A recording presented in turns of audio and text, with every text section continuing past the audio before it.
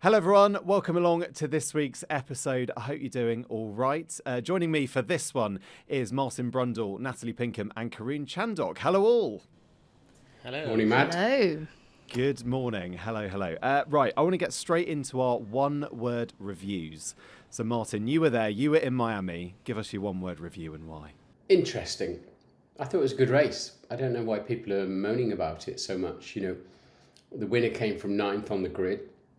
We had an intriguing battle, almost race long between the Red Bull drivers. And down the field, incredible overtakes. George Russell on Charles Leclerc, Lewis coming through, Kevin Magnussen attacking, defending, counter-attacks. I thought it was fine. I mean, we won't be talking about that Grand Prix in the future much, but I thought it was good. I enjoyed it. Yeah, I'm going to say interesting right back at you. It was very interesting. Go on, Nat. What about yourself? Well, can I have two words? I mean, it's sort of like one word. It's a phrase. I'm going to say Miami Verstappen. As in, I'm not sure I can give you it? that for a one-word race What? review. What do you mean? Go on. Miami Verstappen. Because this guy needs his own show. He was phenomenal. Completely in control. I mean, they said over team radio, well, we didn't make it easy on ourselves, but actually, it looked it, didn't he? The small criticisms over the years of Max's driving has been potentially, you know, if you kind of pick holes and find chinks in his armour, perhaps tyre management and perhaps keeping it clean. And he did both of those perfectly on Sunday. And yeah, he deserved it. It was just a great victory. It's funny, isn't it? Because if you had perhaps flipped it and it'd been Max on pole and Checo starting in 9th, you wouldn't have thought for 1 minute that Sergio would have overtaken him for the win. But somehow you just knew Max was going to do it. Emphatic. I think we can say. Karun, what about you? Was that your word then, Matt? Is that what you're saying? Emphatic? No. You're jumping in before Karun nicks it. Yeah. What was yours, Karun? Was it emphatic? It wasn't. No, I'm gonna go with decent, because I think it was a decent race. I thought it was a decent show, a decent race. Yeah, as Martin rightly said, I don't think it is going to go down in history books as one of the greatest Grand Prix, but there was enough going on in there. It was an absorbing contest between the two Red Bull drivers. You know, we had that sort of contra strategy, and there was various periods of times where you wonder whether, you know, Max would get back at Sergio and how quickly, and there was enough going on, and you know, watching the Mercedes drivers come through the pack was interesting enough. There was intrigue around Sainz and the penalty, and you know how that would shake out. So I thought it was a decent race. Decent. I'm going to go for spotless, and I'm going to go for spotless because there were no DNFs, no yellow flags, no red flags, no safety cars. All 20 drivers completed 57 laps, which, according to my maths, is 1,140 spotless laps. So there you go. That's a good debating point, because all I heard after the Australian Grand Prix was outrage. Why restart a race with 2 laps to go? Like you can just clip a couple of laps off when you fancy it. And there was bound to be crashes. Why did they do it like that? Why don't we have a rolling restart and not standing? You know, how can we create such chaos? And of course, so we had red flags galore there, and lots of people moaning. But I think the vast silent majority absorb their Formula One, enjoy it, and realise that sometimes it's a 5-4 last minute thriller, and sometimes it's a 0-0 draw. And I think Miami was sort of somewhere in between. You can't have a memorable race every single time in that sense, because otherwise, I guess, you know, every single race would none would stand out, would they? You've got to have the ebbs and flows of a season. I suppose, though, when you go to a street circuit like Miami and there is such a build-up, I mean, it is all the razzmatazz and excitement of the Magic City. You do expect it. And after, as Mark says, Australia, that's your anticipation. You've got adrenaline searing through your veins. If you're just watching from the sidelines, when that doesn't happen, you feel like it's a damn squib. But actually, when you break it down and consider it for what it was a brilliant race. Well, I think, you know, Baku was a terrible race, wasn't it? It was an utter snooze fest, and I think this was decent. It was sort of middle of the road, but I think I still go back to the point. I put a tweet out about it yesterday, and I've been banging on about this since 2016 in every FP1 that I go with, Crofty or FP2, whatever.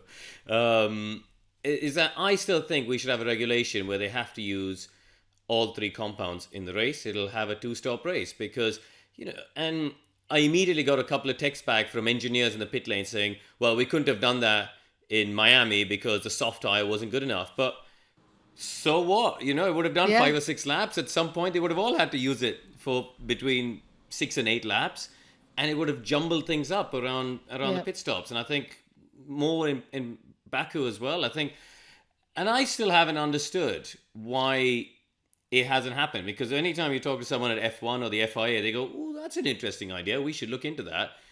And then it's been 7 years and nothing's actually happened. So I'm going to Karun, I feel like you have the influence within the sport. I feel like you can make this happen. Well, clearly not. I've had 7 years and I'm banging my head against the wall. So it might need someone more powerful than me. I'd go with that because, the best races unquestionably are the marginal 2 stoppers. Will they get to the end without needing a third stop? Followed by the marginal 1 stoppers. We used to have it a lot, didn't we, with falling off the cliff. The tire, it all looked set for the last 5 laps and suddenly people just fell by the wayside. They've kind of managed that a lot better these days, both at Pirelli and in the teams. But you don't necessarily want to fabricate it, but the tyres are there. They've done a world tour. Let's put them on and use them. Exactly, because a lot of the criticism now from the, shall we say, purist fans are saying, oh, you're doing too much to create a show and fakeness. This isn't, for me, this is a sporting regulation like you have any other set of rules, like you have 13 sets and defined in the rules. All I'm talking about is a line in the sporting regs, so it does it in a way that doesn't create a fake race. And I think you'll get some convergence, right? Because all the strategists, they're of a similar mindset, of a similar personality, and they probably come up with the best similar optimum strategy. But with the way the undercut and overcuts will work and when they use the tires, you will have some variance by definition. So, I'd like to see it happen. I mean, we seem to be in a culture of more openness, don't we? We're trying sprints, we're trying quali formats, we're trying different things. I'd like to see a bit of, variety for the main Grand Prix, because I feel like we've sort of not done anything with that in terms of the actual lights out to check a flag. And also, Karun, to your point about the engineers saying, well, the softs just won't last. The point is, our predictions in terms of the behaviour of the tyres has been wrong. We didn't think the hard tyre was going to be as competitive as it was. And Max proved everyone wrong on that, taking that strategy, alternative strategy to Checo. So you can't really make those predictions beforehand, as you say, even if they only last 5 laps, it'll be worth it. Cause chaos. Do we think that a one-stop race is the issue here? Obviously, by doing that, Karun, you'd have a 2-stop race. Do you think having a minimum of 2 stops? I mean, obviously, we've got rid of things like refueling, but is it a case of perhaps bringing elements back that kind of add that level of jeopardy to a race? Well, I think, as Martin alluded to, they're doing this management thing now, where basically they spend the entire race, the engineers tell them a lap time, and they drive to that lap time. Whereas, if they had to do 2-stop, then they can all go a bit quicker, they can push a bit harder. The problem we had in Baku, for example, we had Hülkenberg and Ocon, didn't we, starting from the pit lane, and they just drove around. And the likes of Norris and Tsunoda and Piastri just sat there behind them because they're all managing their tyres for this entire race and didn't really have a go. Whereas actually, if there's a 2-stop, they don't need to manage as much, and they can all just have a bit more of a go. I also think some of the issues right now with Sunday are the fact that fundamentally Mercedes and Ferrari have underdelivered this year. If you look at last season, the gap between the winner, i.e. the same winner as last weekend, Max Verstappen, and the best non-Mercedes, non-Red Bull was, I think it was 28 seconds or something like that.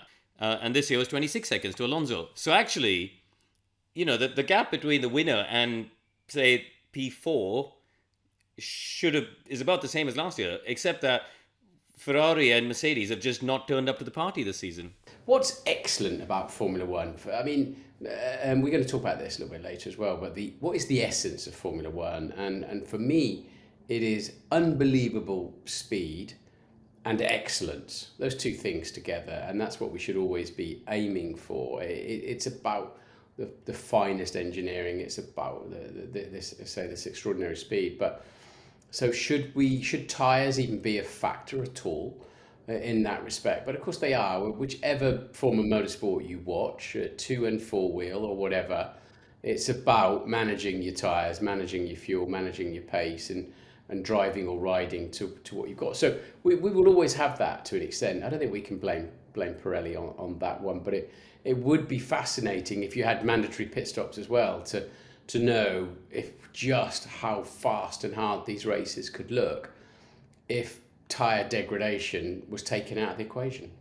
Nat, what makes a brilliant Formula One race? What's like the ingredients? If you were to dream up a Hollywood script, there is obviously a Hollywood film being written about Formula One. What would you put in that final race?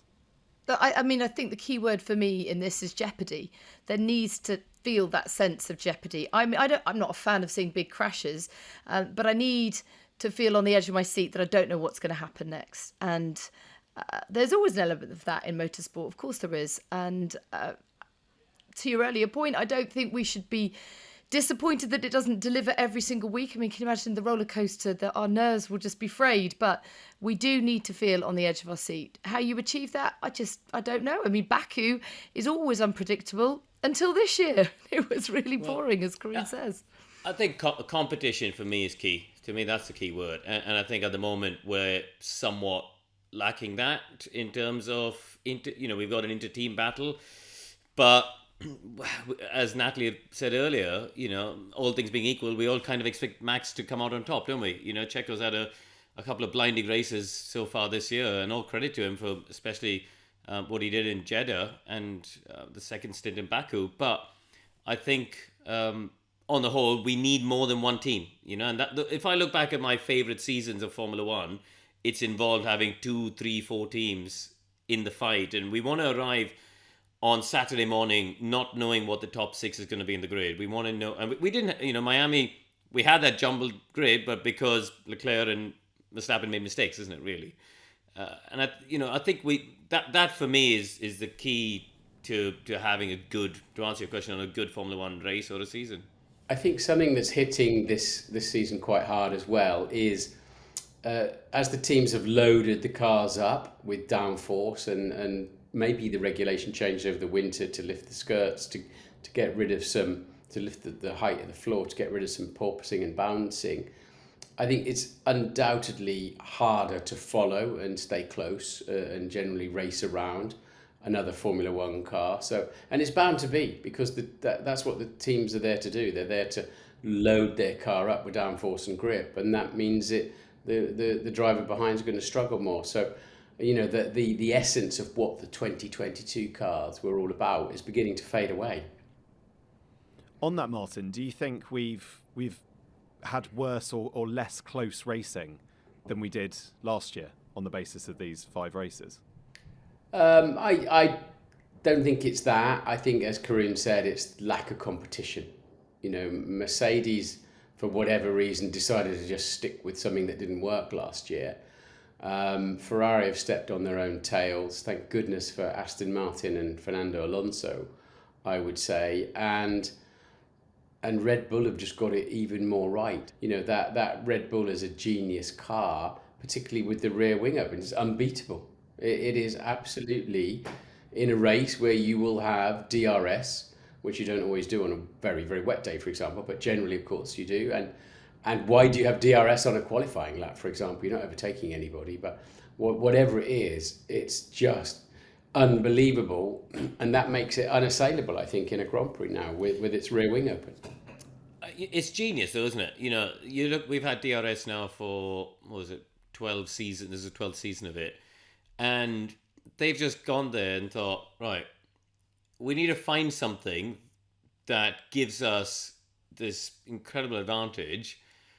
And so even if we don't qualify on the front row, it doesn't matter, as proved at the weekend, because somebody was showing me some drag numbers, and when they hit the magic button, the Red Bull loses about 24-25% of its drag. This was the case in Baku, the speeds there, whereas most others are sort of 14-15%. So they've just given the drivers free performance. And so, yeah, more often than not, they're going to qualify in the front row, but even if they don't, they're still going to come through the pack. Karun makes the point of competition being what sort of grips us, but I think maybe we need to step back in moments like this and see it as, doff your cap to Red Bull, because that in itself, this race to create a car is competition, and they've excelled at it over a period of time, and actually all these things are cyclical, and we should enjoy it for what it is, and really respect to them for achieving that. They have no weakness either. They can, as a cricket team, they can bat down to number 10. They've got two incredible drivers. The car's quick in qualifying. It manages its tyres well. The engine's strong. It can overtake.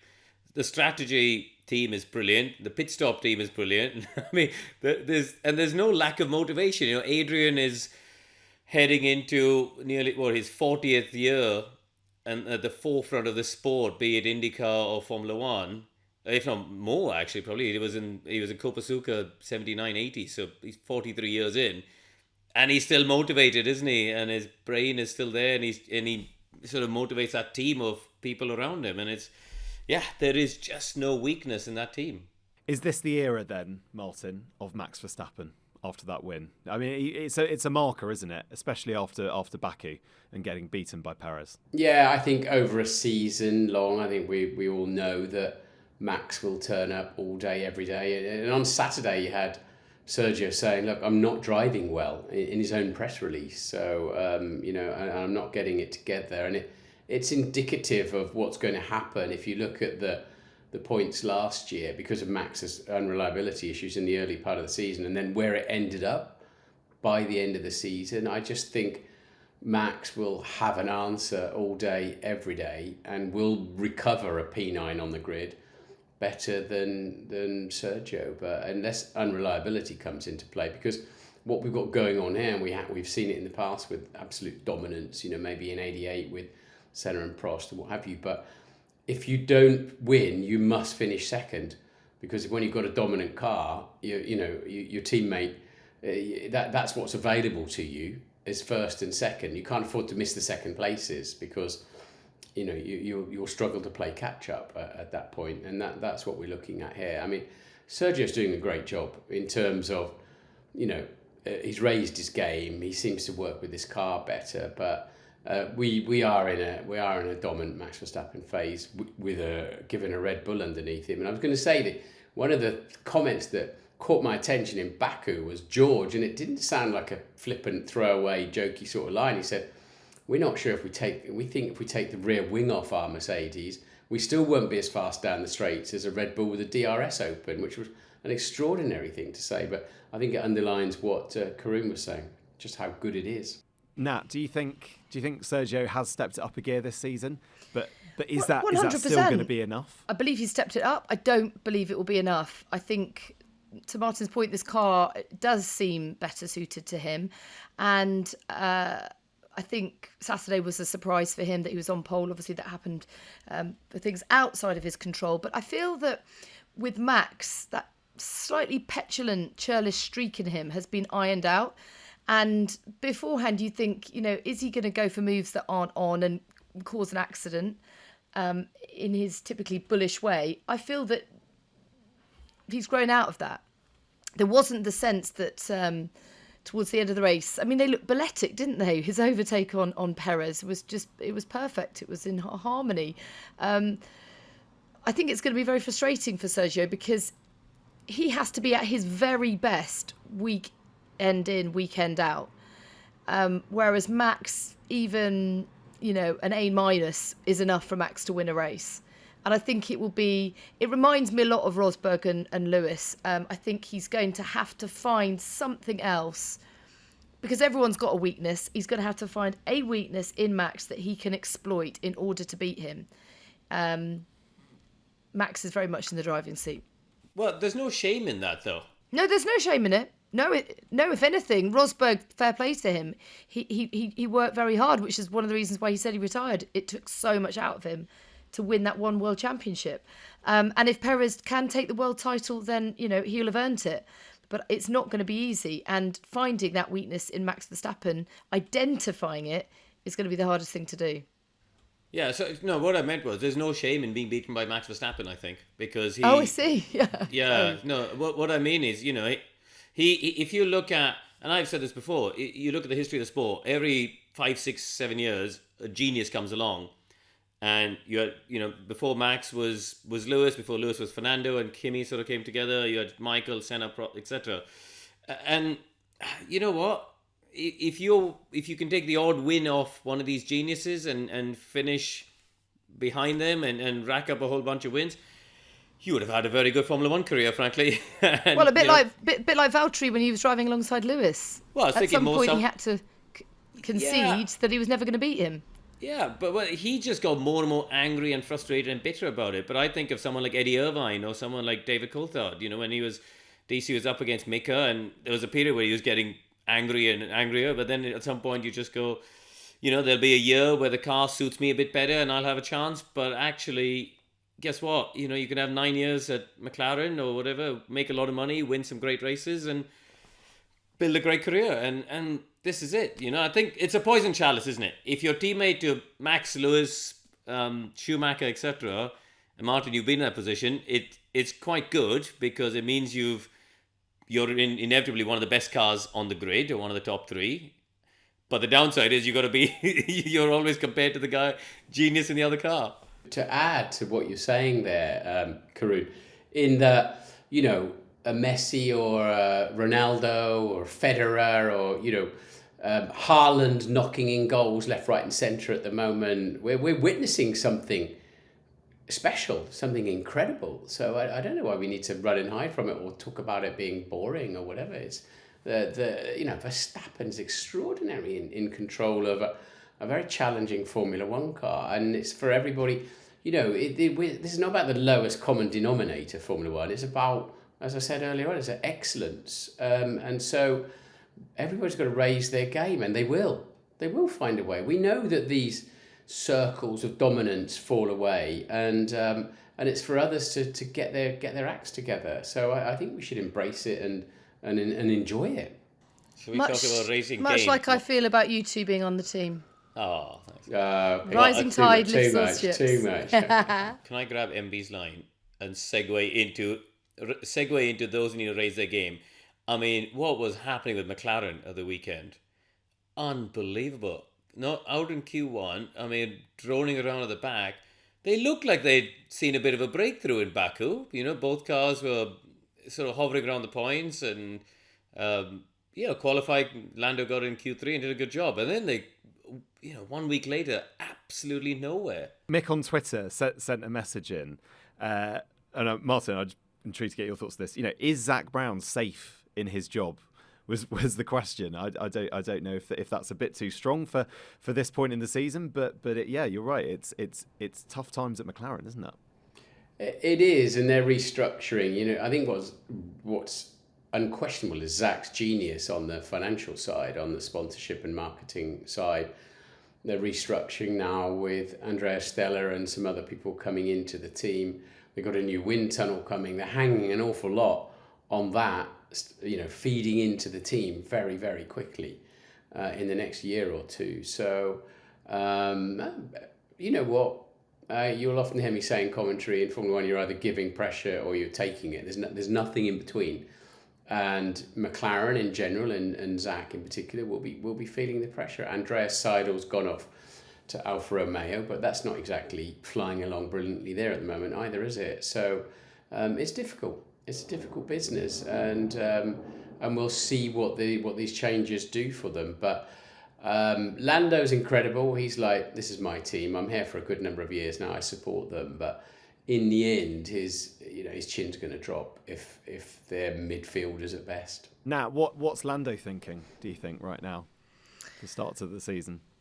I think, as Martin says, he's doing a very good job of towing the party line, saying the right thing, keeping morale up. Because, and just to draw on what Lauren Rossi said about Alpine a few days ago, I cannot see any benefit in publicly embarrassing, criticising, humiliating your team. There's no good can come from that.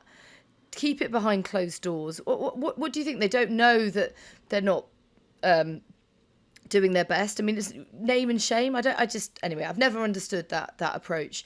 And I think Lando is mature beyond his years, the way that he keeps that positive front up. I mean, I have to say, Daniel Ricciardo must be sitting there thinking, and he'll be frustrated, no doubt, that he is not in Formula One racing at the moment. It's a bit of a sad picture seeing him on the pit wall, but to be paid tens of millions not to drive that car, I mean, it's and take time out and press the reset button and work out what you want to do with your future properly with a clear head, is not in a bad position now, is he? No, and also I think alongside that, you've got to mention Oscar, because I think he's actually in a tricky position, because he's, when you arrive in F1, you want to make an impact, you want to make a name for yourself, and straight away you think of when Lewis arrived 2007, car at the forefront, Bosch, 9 podiums in a row to start his career. Oscar's not got that opportunity, and he's actually doing a great job. In Miami, 900ths of Norris in qualifying. In Baku, 32 thousandths of Norris in qualifying. He's actually doing a cracking job, I think, but it's just sort of going under the radar because of the situation. Yeah, but that's not a bad thing, is it, Karun? To be under the radar in your rookie year. In a way, he's learning the hard stuff away from the spotlight. Yeah, it takes the pressure off, but I think you'd always much rather have the spotlight, because you're trying to establish yourself. Norris has made that impact. He's established himself as a genuine future star. We all talk about the fact that if he gets an opportunity, he'll be a championship contender. But Oscar, unless it's people like us who go and deep dive and look into the results and look at these numbers, 99% of the people don't really know, that he's actually not far off Norris. So I think it's tough. I think it's a lot tougher for Lando, though. I mean, he could have won those 3 races on the bounce, couldn't he, a while back? And he's seeing George and Carlos and contemporaries winning Grand Prix and challenging for podiums. So all Oscar's got to do is stay close to or beat Lando. Lando needs to try to beat everybody else on the grid. So it's a really challenging time for him. Martin, do you think he should be on the phone to Ferrari, for example? Carlos isn't having a great run. At what point do you start to get twitchy if you were Lando, you think? You want to be reassured. I mean, everybody. Get the crystal ball out. And I was talking to this. I had a lovely interview with Fernando at the weekend, and he mentioned. I don't think it made the cut, that particular piece, but we all try to see the crystal ball and who's going to have the downforce and power and grip and get their teams together. But Lando will be looking around. He's got to be looking around. But he's nailed on with the contracts and the contract recognition board. So he's got a while there. And he's got time. He's a young man, but he'll be keen to McLaren will have to deliver up for him in the next 18 months, or he'll be scouting around hard. Patience is a virtue, though. I mean, it wasn't that long ago that we were saying how frustrated George Russell was, just chomping at the bit to get into a faster car and out of that Williams. Alex Albon right at the front with Red Bull and then relegated back, and it felt like his career was over. Then he comes back in. I think there's been, a fair bit of movement with those young guns, and they can all take heart from Aston Martin's recent run of performance. So things can change relatively quickly, and perhaps McLaren are hoping that with all the money and resource that they're throwing at this, it will happen. But it can't come soon enough, can it? Tell you what a great job George did though at the weekend, wasn't it? I thought he was a standout of the weekend. Clearly the car's difficult to drive, we saw in qualifying, but got in the top 6, picked his moments. It was so important for him to clear the Alpine early in the race and get a bit of free air and break away and then run his own race. And to finish 4th, I thought that was a stellar performance. I think on the road, obviously, because Sainz got the penalty, but 4 seconds ahead of Sainz, not a million miles off Fernando. I thought another really, really impressive drive from George. Only one thing better than his driving, Karun, his radio messages. He's so polite. Even when he tries to be cool, he sounds like trying to be cool. Like, that's how we roll, guys. It's when he goes crikey. Crikey. Sugar. Sugar was my favourite. Yeah. He's such a very sweet good guy. Is that a Kings Lynn thing, Martin? Were you as polite on the radio? We're always very polite in Norfolk, but I was going to pick up on it and say, for me, it was a close call between George and Kevin Magnussen for driver of the day. Because I loved the way K-Mag kept coming back at Charles Leclerc in the works firing. You know, he looked like he was done and dusted and passed, and no, he wasn't. Through a when he went again, and you know, he started fourth on the grid. I know he made the most of some opportunity, but those two did have a fine race. And I thought Lewis had a strong race too for Mercedes. I think Sir Jackie Stewart got driver of the day for me. Yeah. Well, let's move on to talk about that because, look, we have to ask you, Martin. There was a tweet here from Fueled by Coffee, which asked very simply, did Jackie Stewart get into trouble for getting Roger Federer to talk to you? Come on, let's hear it. I don't know. I mean, what a legend, 83 years old. I happened across him at the front of that sort of rope. It was sort of like trying to get into a dodgy nightclub, wasn't it? The pair of us, we had no chance. We had the wrong dress code or something, I don't know. And I found that whole procedure a little bit weird on the grid. But so there were so many people around, and I particularly wanted to talk to Roger as I got to the front there. And I just happened to say to Jackie, he's like, do you want to talk to him then? I said, yeah.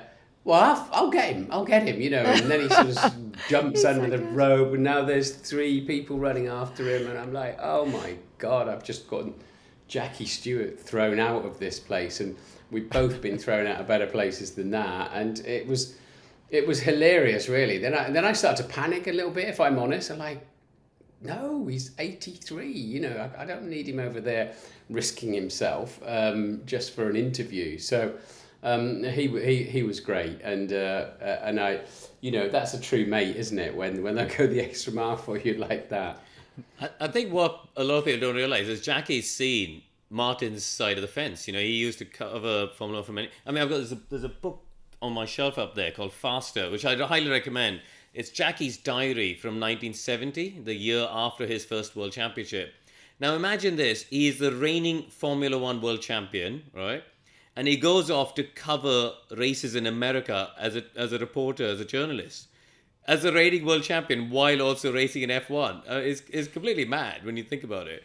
But you know, so Jackie's seen this side of the fence. He's seen how tricky it is to be a broadcaster and cover things out on the grid. He is a national treasure which needs to be protected at all costs. Sometimes from himself. It was just brilliant. Yeah, from himself. And that's the thing. We offer him protection. He doesn't need it. You can't beat up Sir Jackie Stewart. That might be my most famous line in commentary, actually. But everybody's got a job to do on the grid and to put some control function into it, including me, trying to get some interviews or what have you. So you're the one who spends it out of control, Martin. Yeah, I know. Tell me, Mark, what are the anxiety levels like? Because I could hear you saying, I've got 30 seconds, I've got 15 seconds, all this hard work from Sir Jackie. You know, is it a waste of his time and energy? You'd be like, sorry, I'm out of time. How do you feel in that moment? Yeah, I was in what we call a hard count in our business, don't we? Into throwing to the presentation. And it's sort of non-negotiable, as you know, when you're anchoring the show, Pinky, and now I'm watching security guards, Roger Federer, then George Russell gets involved trying to explain what's going on, and Sir Jackie Stewart. I see this sort of negotiation going on over there, and literally my count in my ear just finishes as Federer turns around and walks over, escorted by Sir Jackie. So I thought, well, I've got to talk to him now, but I think we got away with it somehow. But huge amounts of anxiety level. That's why I've never watched the damn things. And I haven't watched it for 26 years. Have you not watched it back yet? I can't believe it. I've seen it on social media, that bit. Yeah, Yeah. I've never watched a grid walk back ever. I don't know who that bloke is running around being cheeky and rude. My sort of alter ego somehow. Yeah. It was a good shirt. It was a good shirt. It was a punchy shirt, wasn't it? It was Miami. Martin, what is it about? What's it about the US grid walks that seem to deliver? I mean, you had a few incidents in recent years. Thinking of Megan Thee Stallion being the other one in Texas. What is it about the United States that delivers these moments? Well, there's an awful lot of A-listers, celebs, whatever. So last year, when between us we managed to get Patrick Mahomes and Paolo Banchero mixed up, we got a final list of 60 celebrities who were coming on the grid. Wow. This was last year. So in amongst doing a live show, we're feverishly trying to be sure who all, we get teed up through the weekend, but you get a final list of who's actually going to show up. This year it was about 40. And I'm trying to learn all of these people in amongst our live show at the beginning of the race, and then trying to spot them. And then you Google them, and they don't look anything like their pictures online, nothing like it at all. I was supposed to be talking to Patrick Mahomes finally on the grid. He was in a sort of a very pink sort of shorts and top matching suit or something, but I never did see him again. So it is, and they come on in a wave, by the way. They don't drip feed them onto the grid. There's just this massive wave of people, and then I'm trying to work out who they are, half of whom I've never heard of, and then they've got 50 million followers or something like that. It's complete Captain Chaos. I have no idea what I'm doing and or how it happens, but it seems to happen in the end. But then one of my nieces will go, "Oh, it was so cool, Uncle Martin, you spoke to whoever," and I'm like, "Did I?" Oh, right. It's like, honestly. See, there's the jeopardy I'm talking about, Mark. That's what we need. It was a brilliant grid walk. Definitely going to live long in the memory. I also want to talk about, because that was part of this sort of pre-race show on the grid, which I think we can call it. And it's received some mixed reactions from the drivers. Some of them are a little unhappy. George Russell called it distracting and said that there's not another sport where 30 minutes before you go out to do your business, you're out there in the sun, all the cameras are on you, and they're making a bit of a show of it. Karun, what did that get in the way of? If you're a driver on the grid, what are you doing before the race, and how would being a part of this sort of grid show interrupt that? You know what? I saw some of the comments, and the first thing I thought is none of these drivers have been to Le Mans or to Sebring or to the Indy 500 recently, because Le Mans, the race starts at 3:00, as everyone knows, but you're on the grid from noon. It's like it's a 3 hour. They play the national anthem of every driver competing at the 24 Hours of Le Mans. It goes on and on and on. But guess what? It's part of it. It's part of the show. But they don't have a morning warm up anymore. They don't have. The only actual driving bit is the Grand Prix itself. So if you got to go through some of the other stuff that happens because of the commercial reasons, the reason all of them are being paid as much as they're being paid is because of the commercial benefits of Formula One, and there's sponsors and partners and people queuing up to be a part of the show, and it is a show. You've got to embrace it. So look, I think there's things we can. I'm not saying it's perfect, and I think there's timing can be better, and it can perhaps the positioning of each of these slots can be different and can be better to help the drivers do what they need to do from a sporting perspective. But I think having the show is fine and it's good, so it makes some people cringe, and so and that's just what it is. But I don't have a huge problem with it. I think it needs tweaking, but I think it's fine. Lewis was in support of it, saying it's cool that sport is continuously growing and evolving, and they're not just doing the same thing they've done in the past. They're trying new things, trying to improve the show always, and I'm in full support of it. Nat, what did you make of it watching at home? Look, I absolutely loved it. We're in the entertainment industry, for goodness sake, and this is something that we should embrace, look forward to. I know there are critics of it. I can't begin to pretend what it feels like to get into a car and drive 200 miles an hour. I just love the fanfare. The Americans know how to do sport, all singing, all dancing, jazz hands, the works. And it was captivating watching from home. On a we just had the coronation, which was pretty spectacular within itself, but it was a dreary old day back in the UK, and I just loved the sunshine and the razzmatazz, and I'm going to throw George's quote back at him. That's how we roll. Take it, baby. Very good, very good. Martin, Fernando Alonso said that if we're going to do it for the fans in Miami, why are we not doing it for the fans in Italy or Spain or wherever we go on the Formula One calendar? Do you think it's something that needs to be, one size fits all for every race, or something that we kind of modify depending on where we are?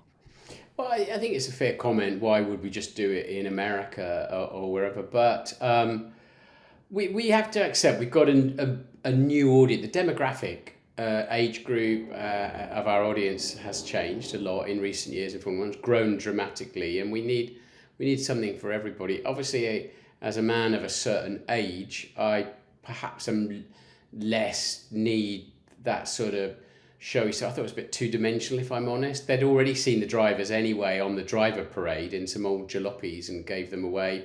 I found it odd that it had its back to the grid. We couldn't see it. It was sort of... and it was... I don't know, did it really add anything? Some sort of generic lines and the drivers come out? But I'm very open to change. I think you have to keep your mind open on this. But what I do think is when the green light goes on and the cars leave the pits, that's a moment of very high energy for Formula One where we're getting close to the Grand Prix. And then what happens after that? And this army of people and equipment and these beautiful racing cars and the finest drivers in the world all heading to the grid. And I think you need to keep that energy. And what happened 26 years ago was some very creative people I was working with in F1 on F1 TV were like, they came up with the grid walk idea because they wanted to keep the energy between the green light and the start and the formation lap and you know, and sort of keep it on the boil. And my concern is things like that, let the boil go and let it sort of fade away a bit. So we have to think about that. But we can't just keep doing the same old thing decade in, decade out. I accept that. Whether that adds to it, whether we could do it at a different time and just, you know, go to the grid and go hard racing, because we used to go to the grid 30 minutes before, now it's 50 minutes before the weekend. And it's open for debate, but it didn't add anything for me being there on the day. It's just, when I hate to see those shots of the drivers loitering in their garage, almost, you know, playing cards or something. They're off the grid. They don't want to be around. They just go and lose 20 minutes somewhere. So that doesn't feel energetic enough to me. Yeah, I think, you know, you've got to think about when we go to Vegas, where everyone's going to have grand plans, but guess what? It's going to be 6 degrees at that time of the night in the desert in November, and the drivers will definitely want to be back in the motorhomes or the pits trying to keep warm. So I think it's a good point. I mean, what they do in IndyCar, I think, could be the answer, where they do this driver presentation, but it's done like a couple of hours before the race. So sort of the time where we do the drivers parade in F1, and they do this big razzmatazz for the people at the ground. But then, you know, the build-up, as Martin said, is still a shorter time with a more compact, high-energy intro. So, yeah, maybe as I say, it needs a bit of tweaking, and that's a better balance. But honestly, Matt, anything that connects the fans to the drivers, I think the one thing that we often take for granted, because we know and talk to the drivers all the time, we understand their personalities. Fans want to know what makes racers tick. And most of the time, they're immersed in this cockpit with a helmet on their head. One thing that Drive to Survive has been great at, and all these deep dives that we take into the drivers' backgrounds and behind the scenes stuff, is that you can relate to them, and they're young lads who do something superhuman. And so anything that connects the fans to them has got to be a good thing, because then you feel not only that they're relatable, but you invest in them, and therefore you're gunning for them when they're racing, and that you go on a journey with them. It's all part of that process. Yeah, it certainly is. I think it's going to be interesting to see how it evolves over the coming year, and I think it's here to stay. So we will follow that progress. I want to end the podcast just with a question from someone at home. He sent this in yesterday. Said, it's from Brian. It was on Twitter. We're now 5 races into the season, and the majority of teams are no further forward than at the start. Is the volume of races hampering off-track development? I don't know if anyone has a thought on, obviously, we're now in 23 races. That could possibly go up next year to even more. We even had a break in April.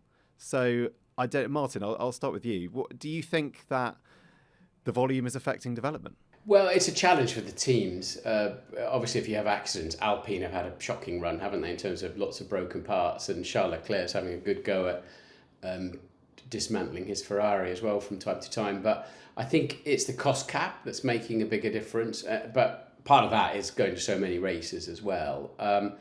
So I think in terms of the development, they got their fundamental packages wrong, some of them, and you know, it happens, and they might be next winter before they can even address that. So I think it's a combination of things, but you know, cost cap has really energised Formula One in some other respects too. So I wouldn't knock it. But